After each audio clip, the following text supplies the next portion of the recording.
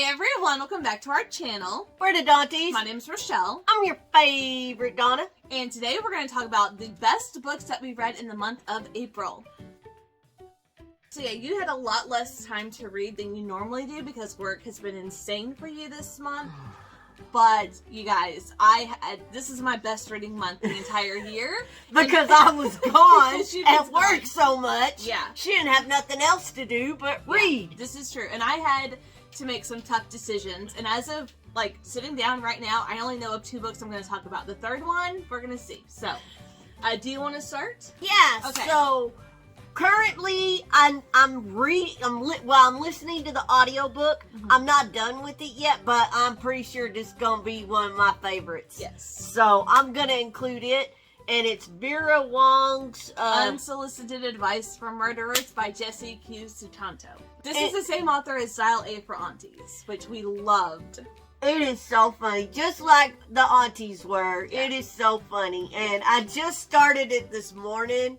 And well, I have read it, so I can tell you what it's about. Well, you kind of know the gist of I what it's kind about. of know gist. Okay, so what do you know? So Vera Wong is this old lady that runs this tea shop in Chinatown in San Francisco, and she's a little old lady all by herself. She text messages her grown son, telling him all kinds of things that she don't need to be telling him, but you know, whatever. And then all of a sudden, she's got her routine, right? And all of a sudden, one day, she comes downstairs to her tea shop, and there's a dead body there. And she's like, what the heck?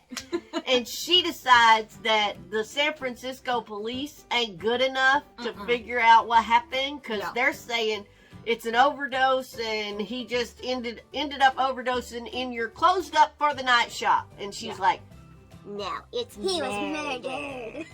So I'm now in the middle of her figuring out what happened to this guy, because she can't trust the cops to figure it out right. They won't even drink her tea. Right. So it is so funny. The audiobook is fantastic. Just like the Aunties audiobook was fantastic. But she ends up trying to investigate this so-called murder that she believes this to be. And she goes to all of these suspects' house and who she believes it is. And it ends up being a really weird found family in the end. Just based on all these people she comes in contact with throughout her investigation. It was really funny. It's a cozy mystery. I loved Vera Wong. She was so funny. And she knows. She knows better than anybody. Yeah. I already know that. It's an adventure. It's fun. It's lighthearted. Yes, there's a murder, but it's so funny. And yeah, she's a great character. I think I gave this one 5 stars. I think I read it last month, So yeah, I'm enjoying this one. So the first book that I want to talk about is By a Thread by Lucy Score. This one is on Kindle Unlimited, and this one, it's a very, very chunky book. I think it's over 500 pages. But this is a workplace romance. It's grumpy sunshine. It's enemies to lovers. And what really kind of gripped me from the beginning is these 2 characters happen to meet by chance. The man goes into this pizzeria place where this girl is working. They have some confrontation immediately. And she ends up writing an obscene message in pepperoni on his pizza and delivers it to him. And at the table, and she ends up getting fired for it. Well, she ends up getting immediately hired by the woman who is accompanying this man at dinner, which happens to be his mom, and is like, I want to hire you, I'm sorry that you got fired, whatever, my son deserved it, but I'm going to hire you to work at my company. So he works there too. They hate each other, and it's so obvious how much they hate each other, but they are so attracted to each other, and they hate that they are attracted to each other. And so there's a lot of tension. There's a lot of really great conversation between the 2 of them fighting their feelings because they can't stand each other. It's obvious. This was really fun. This was lighthearted. Like I said, it's a long book, but it is so good. It had me giggling. It had me blushing. It had me laughing. It was all the things that I love in a romance. It is so good. The most interesting part to me about all that you just said is what she wrote on his pizza with pepperoni. Yeah, I'm like, couldn't be a big message. No, A few. That's what I thought. Yeah. So my other one was early in the month before work really went crazy. And it was another Frida McFadden. Ooh. And this one was Do You Remember? No.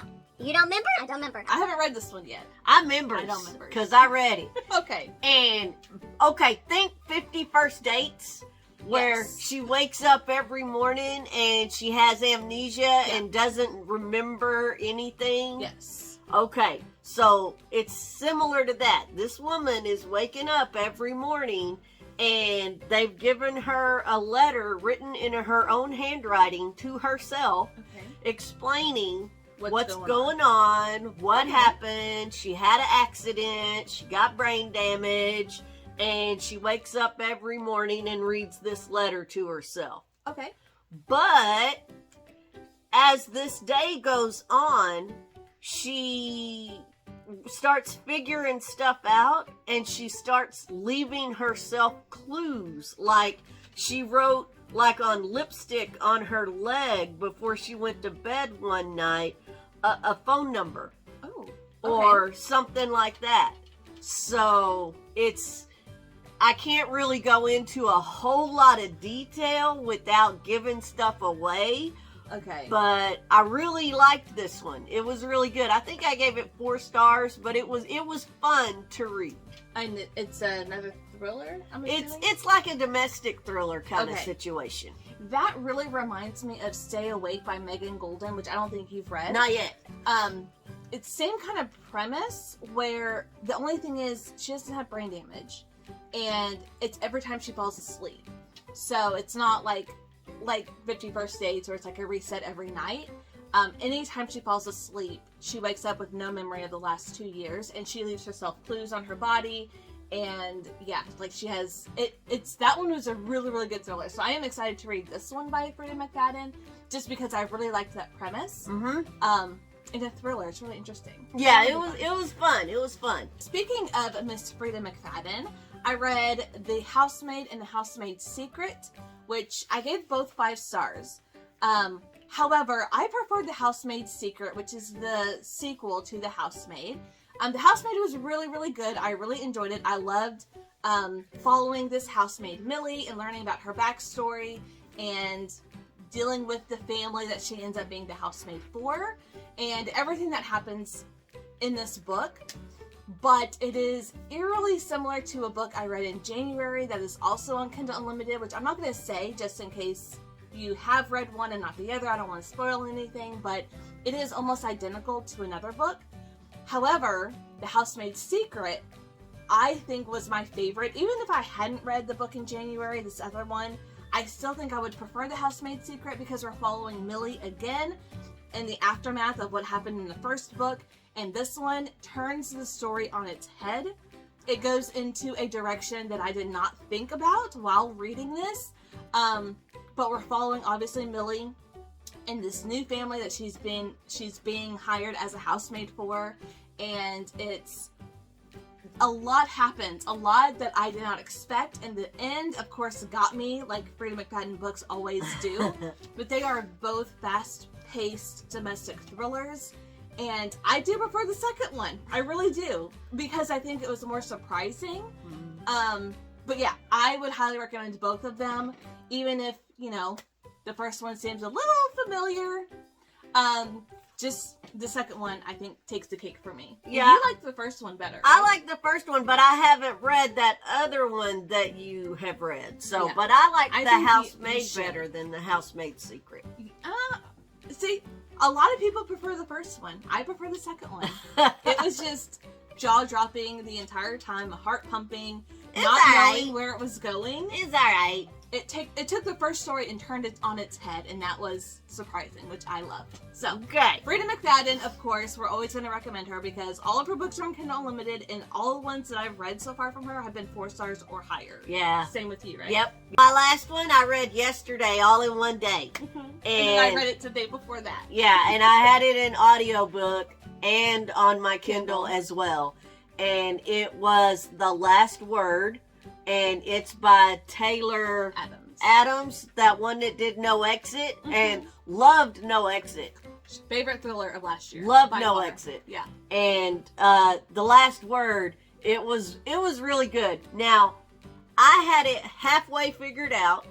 Very early on in the book, though. Oh. I had half of it Miss figured out. Smarty Pants. There was another twist that came in that it almost took me by surprise. But I enjoyed it. I enjoyed No Exit better than The Last Word. So this lady is staying at this very secluded beach house, and she's it's off season, so there's like nobody there. Right. And she's got a neighbor that lives across that she talks to. They write each other messages on the whiteboard, but they're so far away. Telescopes. But they're so far away, they gotta get the telescope to read what they write to each other. Yeah. And they play Hangman, which is really fun. But that's the only really human contact she's had for months. Yeah. And all she does is sit on her Kindle and read books. and read and read. All she does. She just living reads. the best life. Right? I would love that. Until what happens?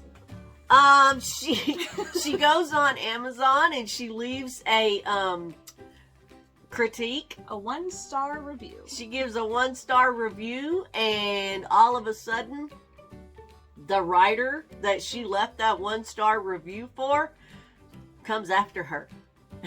Or so we think. So she leaves this 1-star review. The author actually responds, and she, is like, "Hey, please take this down. It's going to, I only promote positivity and blah, blah, blah. Please remove your whatever." She refused to remove it. She's like, "This is my feelings, and negative or positive. My feelings are valid. And I like it." Readers have to know, what other people think. And hers is the only review so far on this book, which is why it's such a big deal. And then after that interaction, strange things start happening. We believe the author has found her and is tormenting her, terrorizing her. It was terrifying. First of all, I read it. Well, okay, even you said it was spooky. It was creepy because I was listening to the audiobook driving home in the rain. That part was kind of creepy. And I will say that I read this while I was home alone. It was dark because it was stormy the day before you did. And one of my biggest fears is home invasions. And this, you think, someone is in the house with her, or is, making her think someone's in the house with her. Scratch. Oh, scratch. No. But it was so good. Now, my heart was pumping. Most of the book takes place in one night. But you do have, the lead up to whenever everything starts happening of, the interaction with the neighbor and the author on Amazon. You're just not allowed to read thrillers when I'm not home. I thought you were going to be home. You called and said you were going to be late, super late. That's not my fault. I texted. Okay, same thing. You contacted me, and I was already more than halfway through the book. I couldn't stop. But yeah. And there's a dog, and she has conversations with her dog, and so do we. We have these, imaginative conversations with our 4 pups, and that was so relatable, hearing the dog, what she believes the dog is saying back to her. Loved it, and it was so good. It was not as good as No Exit, but it was up there. It was really, really well done, and kind of scary. I enjoyed it too. I gave it 5 stars, but I did enjoy No Exit more. Yes. So I think the third book I'm going to talk about is just a random one I picked up from my library. I had picked up several books because I'm currently reading a series, and I picked up all of those books. And as I was walking out to check out my books, I saw this stand, and this book stood out to me for some reason. But this is a young adult historical fiction. It takes place in the 70s. And it is called Music from Another World by Robin Talley. So this, I read the back of it, and it's basically talking about gay rights in the 70s. So we're following these 2 characters. They're both teenagers. One lives in California, in San Francisco area. The other one lives in Florida. And as a school assignment, they're assigned pen pals, and these 2 end up being pen pals. Well, the one in California has a gay brother who is, not out, obviously. And then the girl from Florida, she comes from a super religious family, and she herself is gay. And this entire book takes place, is written solely in letters. So you have the pen pal letters that they write to each other, but then also the girl in California has a diary, so we get to see those diary entries, and then the girl in Florida writes letters to Harvey Milk. Now, she never sends them, but it's like her Dear Diary type of a thing.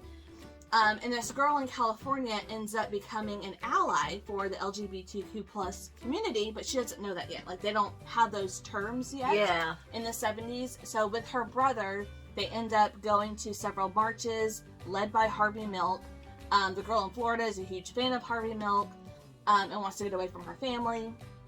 But it's really interesting to see, like, the start of, like, all of these laws. And I think Prop 6 is what they were fighting in California during this time in the 70s. And just how she becomes an ally without realizing she's an ally to this community because she loves her brother.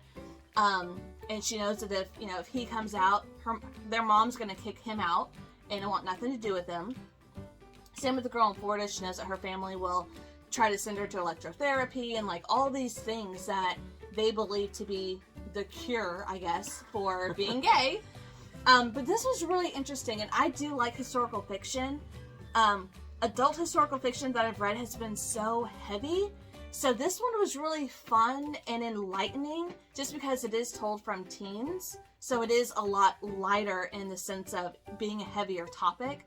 But it was really, really well done. I really enjoyed kind of learning about Harvey Milk, even though I've seen movies, I've read books about him and things like that. But seeing it from this perspective as someone who's in the 70s while he's, doing his thing, and just kind of seeing that all play out, like, it was really, really interesting. I gave this one 5 stars. Total surprise, because I was like, oh, sure, why not young adult, historical fiction? Sure, let's give it a try. And I loved it. So my library for the win. So those are the best books that we read in the month of April. Leave a comment down below. Let us know what your favorite book was, or if you've read any of these books, definitely let us know. Yeah, we have some good ones. Even though you had a very slow reading month, you found some gems. What I did read was good, and it also was good to kind of take me out of the reality of what I've been dealing with, because work is insane. It's been a little crazy. So, but hopefully it's getting better. Yeah. So that's going to do it for us today. Thank you guys so much for watching, and we'll see you in our next video. Bye. Bye.